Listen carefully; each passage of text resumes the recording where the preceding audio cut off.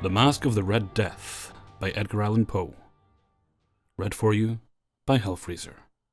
The Red Death had long devastated the country. No pestilence had ever been so fatal or so hideous. Blood was its avatar, and its seal, the redness and the horror of blood. There were sharp pains and sudden dizziness, and then profuse bleeding at the pores with dissolution. The scarlet stains upon the body and especially upon the face of the victim, where the pest ban would shut him out from the aid and from the sympathy of his fellow men. And the whole seizure, progress, and termination of the disease were the incidents of half an hour. But the Prince Prospero was happy and dauntless and sagacious. When his dominions were half depopulated, he summoned to his presence 1,000 hale and light-hearted friends from among the knights and dames of his court, and with these retired to the deep seclusion of one of his castellated abbeys. This was an extensive and magnificent structure, the creation of the prince's own eccentric yet august taste. A strong and lofty wall girdled it in. This wall had gates of iron. The courtiers, having entered, brought furnaces and massy hammers and welded the bolts. They resolved to leave means neither of ingress or egress to the sudden impulses of despair or of frenzy from within. The abbey was amply provisioned. With such precautions the courtiers might bid defiance to contagion. The external world could take care of itself. In the meantime it was folly to grieve or to think. The prince had provided all the appliances of pleasure. There were buffoons. There were improvisatori. There were ballet dancers, there were musicians, there was beauty, there was wine. All these and security were within. Without was the Red Death. It was towards the close of the 5th or 6th month of his seclusion, and while the pestilence raged most furiously abroad, that the Prince Prospero entertained his 1,000 friends at a masked ball, of the most unusual magnificence. It was a voluptuous scene, that masquerade. But first, let me tell of the rooms in which it was held. There were 7, an imperial suite. In many palaces, however, such suites form a long and straight vista, while the folding doors slide back nearly to the walls on either hand, so that the view of the whole extent is scarcely impeded. Here the case was very different, as might have been expected from the Duke's love of the bazaar. The apartments were so irregularly disposed that the vision embraced but little more than one at a time. There was a sharp turn at every 20 or 30 yards, and at each turn a novel effect. To the right and left, in the middle of each wall, a tall and narrow Gothic window looked out upon a closed corridor, which pursued the windings of the suite. These windows were of stained glass whose colour varied in accordance with the prevailing hue of the decorations of the chamber into which it opened. That at the eastern extremity was hung, for example, in blue, and vividly blue were its windows. The second chamber was purple in its ornaments and tapestries, and here the panes were purple. The third was green throughout, and so were the casements. The fourth was furnished and lighted with orange, the 5th with white, the 6th with violet. The 7th apartment was closely shrouded in black velvet tapestries that hung all over the ceiling and down the walls, falling in heavy folds upon a carpet of the same material and hue. But in this chamber only, the colour of the windows failed to correspond with the decorations. The panes here were scarlet, a deep blood colour. Now, in no one of the 7 apartments was there any lamp or candelabrum. Amid the profusion of golden ornaments that lay scattered to and fro, or depended from the roof, there was no light of any kind emanating from lamp or candle within the suite of chambers. But in the corridors that followed the suite, there stood opposite to each window a heavy tripod, bearing a brazier of fire that protected its rays through the tinted glass and so glaringly illuminated the room. And thus were produced a multitude of gaudy and fantastic appearances. But in the western or black chamber The effect of the firelight that streamed upon the dark hangings through the blood-tinted panes was ghastly in the extreme, and produced so wild a look upon the countenances of those who entered, that there were few of the company bold enough to set foot within its precincts at all. It was in this apartment also that there stood against the western wall a gigantic clock of ebony. Its pendulum swung to and fro with a dull, heavy, monotonous clang. And when the minute hand made the circuit of the face, and the hour was to be stricken, there came from the brazen lungs of the clock a sound which was clear and loud and deep and exceedingly musical, but of so peculiar a note and emphasis that at each lapse of an hour the musicians of the orchestra were constrained to pause momentarily in their performance to hearken to the sound, and thus the waltzers perforce ceased their evolutions, and there was a brief disconcert of the whole gay company. And while the chimes of the clock yet rang, it was observed that the giddiest grew pale, and the more aged and sedate passed their hands over their brows, as if in confused reverie or meditation.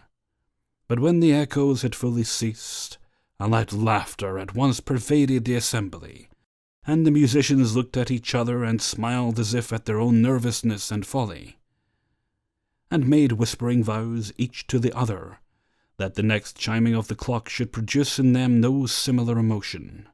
And then, after the lapse of 60 minutes, which embrace 3,600 seconds of the time that flies, there came yet another chiming of the clock, and then were the same disconcert, and tremulousness, and the meditation as before. But in spite of these things, it was a gay and magnificent revel. The tastes of the Duke were peculiar. He had a fine eye for colours and effects. He disregarded the decora of mere fashion. His plans were bold and fiery, and his conceptions glowed with barbaric lustre. There are some who would have thought him mad. His followers felt that he was not. It was necessary to hear and see and touch him to be sure that he was not. He had directed in great part the movable embellishments of the 7 chambers, upon occasion of this great fete, and it was his own guiding taste which had given character to the masqueraders. Be sure they were grotesque. There were much glare and glitter and piquancy and phantasm, much of what had been seen since in Hernani. There were arabesque figures with unsuited limbs and appointments. There were delirious fancies such as the madman fashions. There was much of the beautiful, much of the wanton, much of the bizarre, something of the terrible, and not a little of that which might have excited disgust. To and fro in the 7 chambers there stalked, in fact, a multitude of dreams, and these, the dreams, writhed in and about, taking hue from the rooms and causing the wild music of the orchestra to seem as the echo of their steps, and anon there strikes the ebony clock which stands in the hall of the velvet. And then, for a moment, all is still, and all is silent, save the voice of the clock. The dreams are stiff, frozen, as they stand. But the echoes of the chime die away.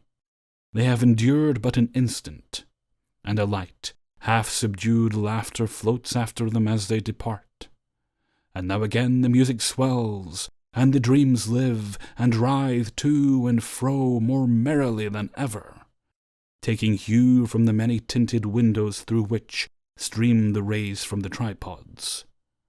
But to the chamber which lies most westwardly of the 7, there are now none of the maskers who venture. For the night is waning away, and there flows a ruddier light through the blood-coloured panes, and the blackness of the sable drapery appalls. And to him whose foot falls upon the sable carpet, there comes from the near clock of ebony a muffled peal more solemnly emphatic than any which reaches their ears who indulge in the more remote gaieties of the other apartments. But these other apartments were densely crowded. and in them beat feverishly the heart of life, and the revel went whirlingly on, until at length there commenced the sounding of midnight upon the clock, and then the music ceased, as I have told, and the evolutions of the waltzers were quieted, and there was an uneasy cessation of all things as before. But now there were 12 strokes to be sounded by the bell of the clock, and thus it happened, perhaps, that more of thought crept with more of time into the meditations of the thoughtful among those who revelled, and thus too it happened, perhaps, that before the last echoes of the last chime had utterly sunk into silence, there were many individuals in the crowd who had found leisure to become aware of the presence of a masked figure, which had arrested the attention of no single individual before. And the rumour of this new presence having spread itself whisperingly around, there arose at length from the whole company a buzz or murmur, expressive of disapprobation and surprise, then finally of terror, of horror, and of disgust. In an assembly of phantasms such as I have painted, it may well be supposed that no ordinary appearance could have excited such sensation. In truth, the masquerade license of the night was nearly unlimited, but the figure in question had out-Heroded Herod, and gone beyond the bounds of even the prince's infinite decorum.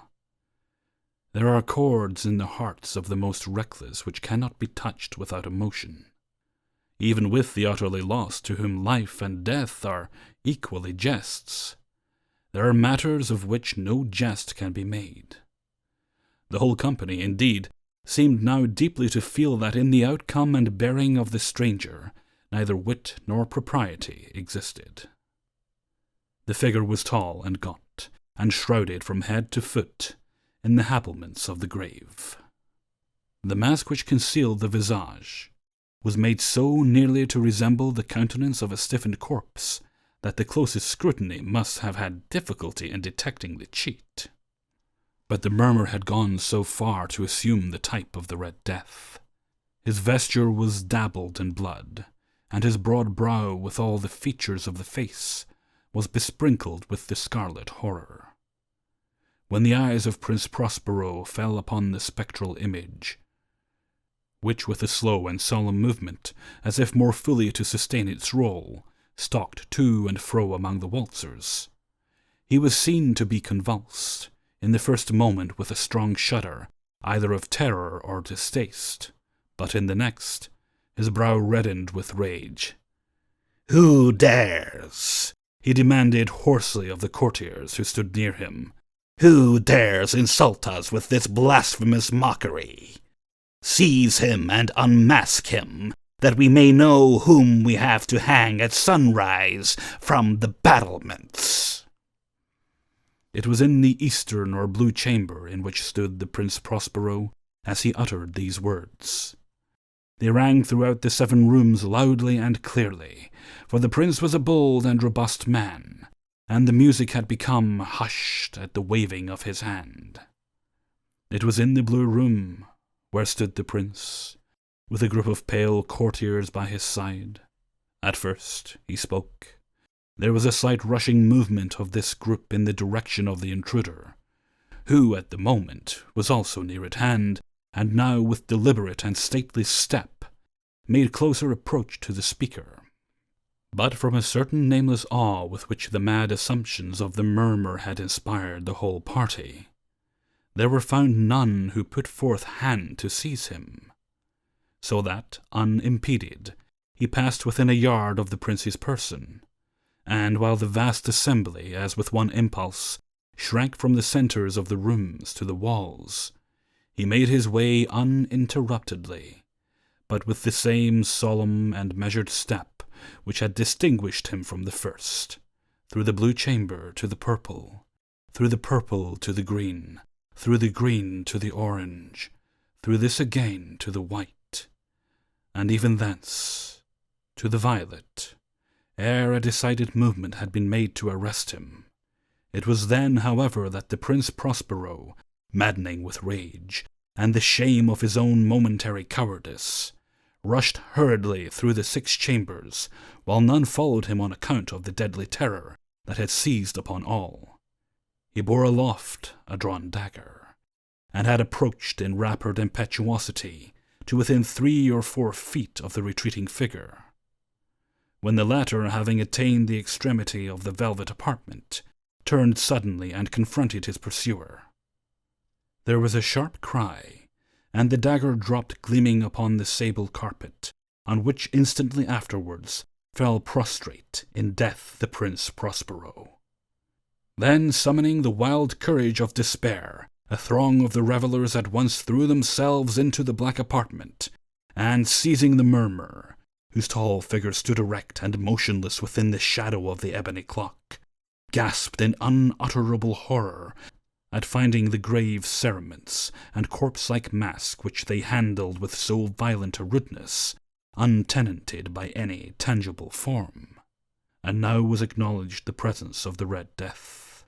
He had come like a thief in the night, and one by one dropped the revellers in the blood-bedewed halls of their revel, and died each in the despairing posture of his fall, and the life of the ebony clock went out with that of the last of the gay, and the flames of the tripods expired, and darkness and decay and the Red Death held inimitable dominion over all.